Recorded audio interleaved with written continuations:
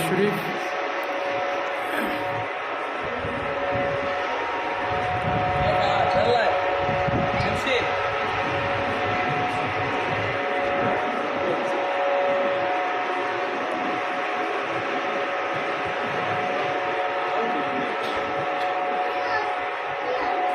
کچھ بول رہے ہیں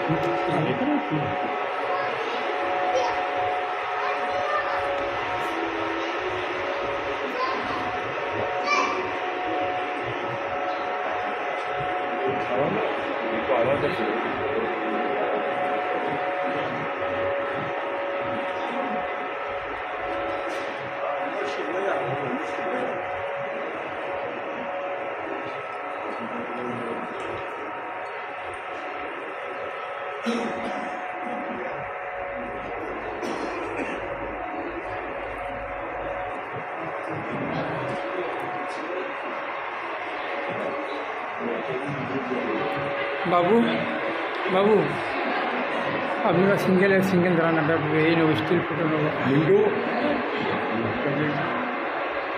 ನೋಡಿ ಯಾರು